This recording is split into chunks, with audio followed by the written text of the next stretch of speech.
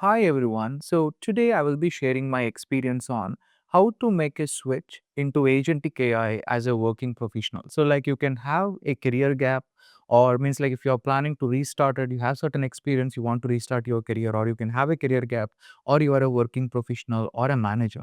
So like this roadmap applicable for all these particular backgrounds. Now let's try to understand this. Now when you are trying to get into this roadmap, the very first one to understand is the three different terminologies which are rotating in market. So one is, so now whether I need to learn data science or what is this data scientist do, AI engineer or Gen AI engineer or agentic AI engineer. So all the three people are currently doing this, and even data scientist is also working on the similar kind of stuff.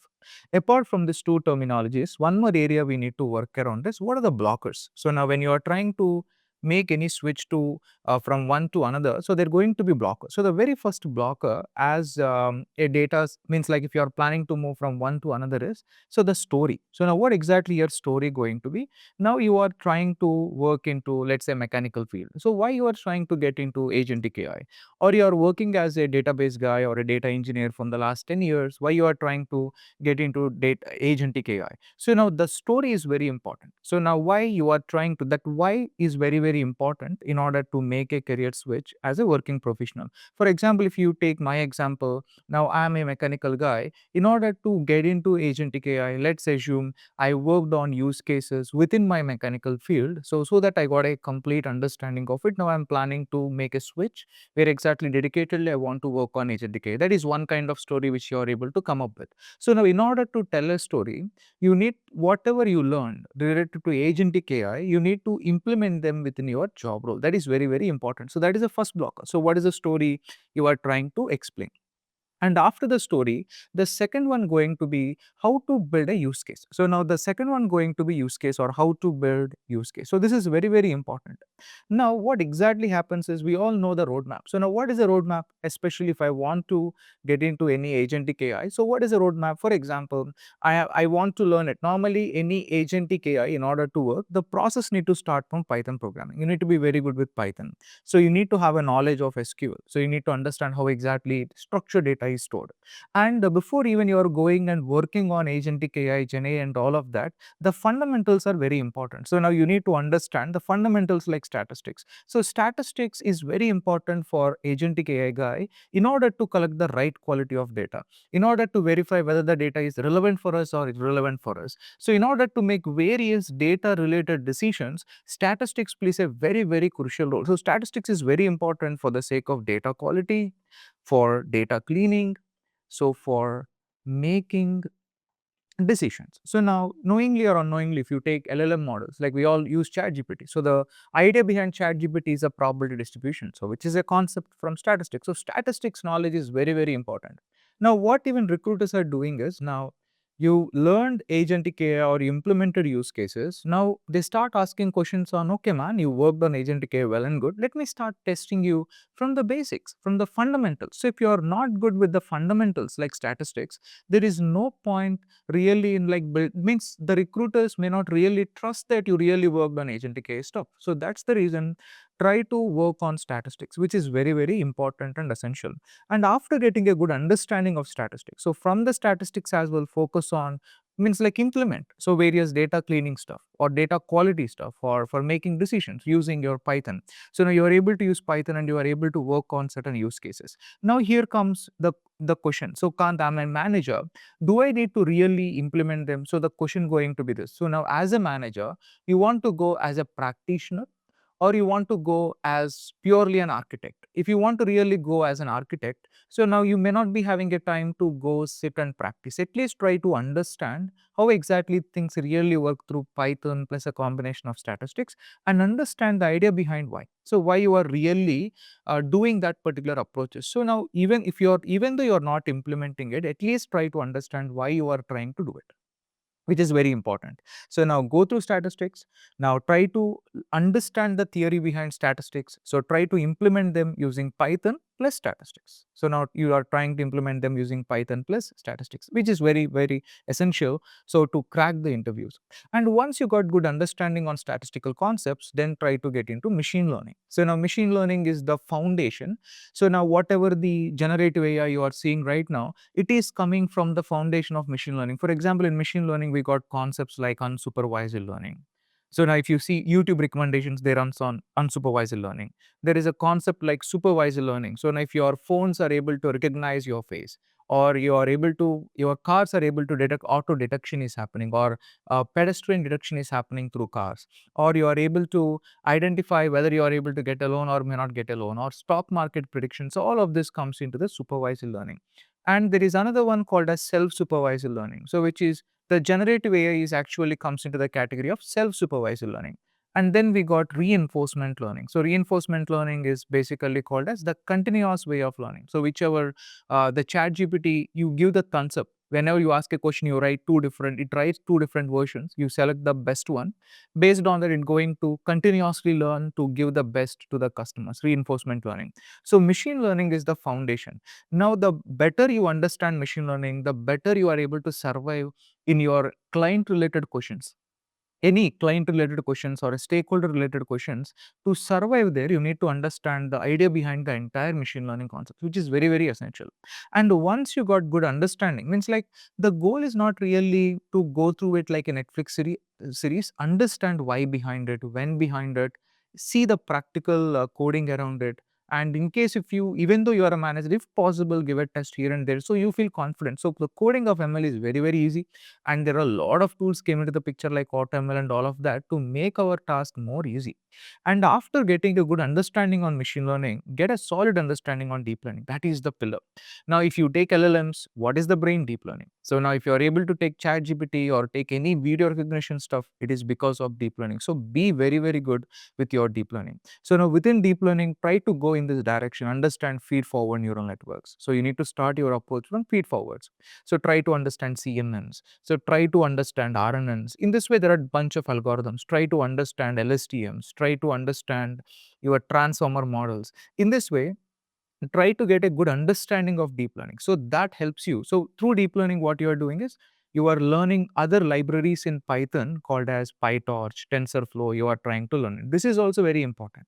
Now to work on various problems. Now by learning only on RAG architectures, prompt engineering, you are solving only few problems in a particular industry. You are not solving all the problems. So for that reason, try to learn even all of these concepts so that you are having a lot of understanding about various areas so that you can easily answer the client questions as a working professional.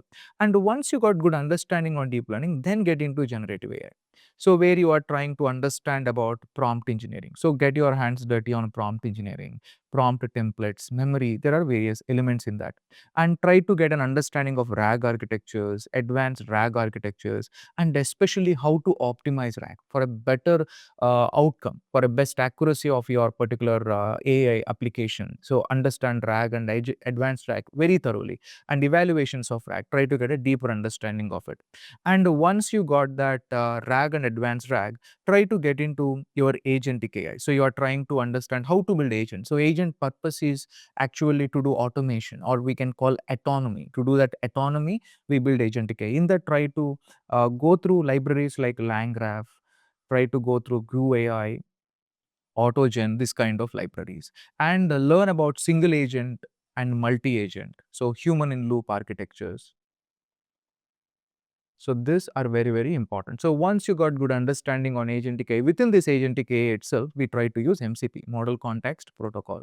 And once you got very good understanding of this, try to get your hands dirty on fine tuning, how to fine tune a model. Nowadays, companies are working around SLM, small language model. So this going to be an asset for you. So understand fine tuning very well. So now these are the important skills which you cannot skip it. And once you got a skill, if you are really interested, hey, Kant, I want to learn some more. I have still time. So if you can really accommodate, you no need to master them, at least try to see how LLM ops pipeline really works. So understand them. And next one going to be, if possible, try to see how ETL works or how modern data engineering is working. So how model data engineering is happening. In case if you are not really from data background, try to understand how modern data engineering is happening. So these two are broader skills. I'm not saying they are mandatory. So now these are the relevant skills you need to have it. For all the skills, try to have an understanding about why and when. So try to understand about why I'm doing it and when I'm doing it. If you are a manager, understand why and when. And if you are an experienced, understand the coding part, means anyone between 5 to 10 years, understand the coding part, do be very good with the coding, and second, be very good with the theory behind why and when. So the three parts are important. You need to be a practitioner, a guy experienced between 5 to 10, and be thorough with why and when. So that's it.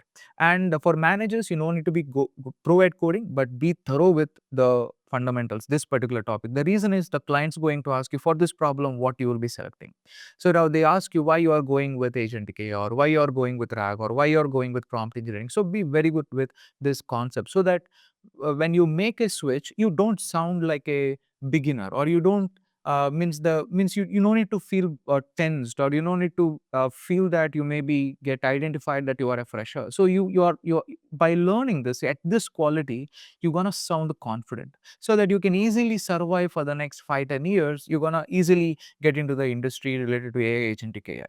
And the blocker here going to be, once you learned all of this, so now you need to build a use case. So now identify an area. You are maybe from mechanical, or you are from ETL data engineering background, or you may be from SQL background, or you may be from SAP background. So try to identify an use case, how you can build an agent to automate and process within your area of work. So that try to demonstrate. So what is the pain area you collected? So why you uh, undertaken that project. So what is the outcome you achieved it, and what skills you used in order to complete that project. So now the entire interview going to be on the use case. So whenever you go to an interview, business use case going to be your interview question paper. So keep this point in the brain. So now even for me as well, when I'm going for any corporate, or even if I'm going for any consulting for a client call, I need to explain about my use case. So based on that use case, they're going to take a decision whether to hire me or not. So now I'm a pure trainer, I have a knowledge, no one hires me. So in order to even hire me,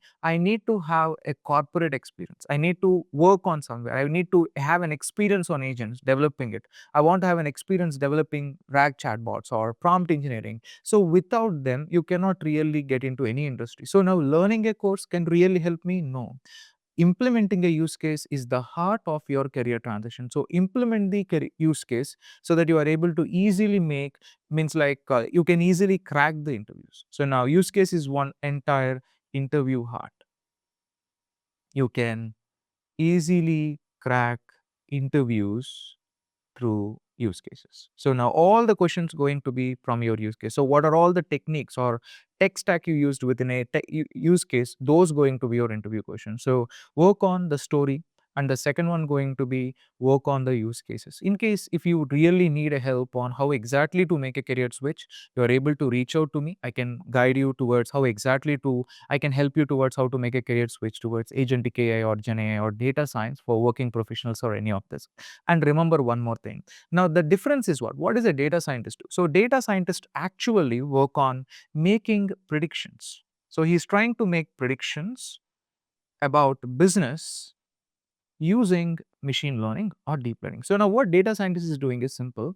He's using machine learning or deep learning, which is a part or branch of AI, and he's trying to make estimations about business. He's saying, hey, tomorrow going to be that this product is having more demand, or this is the right pricing, or these are the right customers. So he's making those predictions, and based on those predictions, companies are making decisions. Now what is happening is, now even people, the data scientists, in order to work on Gen AI, already data scientists know all of this. In order to work on Gen AI, hardly he need to learn only this particular skill set. That is not a big problem. That's the reason even data scientists are nowadays calling it as Gen AI. Now, I'm hiring a data scientist or Gen AI, that interchanging of names are happening. So you can be a data scientist or you can be an AI engineer. The reason is, as a data scientist, you are learning about how really AI works. Now, as an AI engineer, your goal is basically to do automations in the company, to do various automations in the company. Example, the business process automation. You are trying to automate the business process. So that's what an AI engineer do.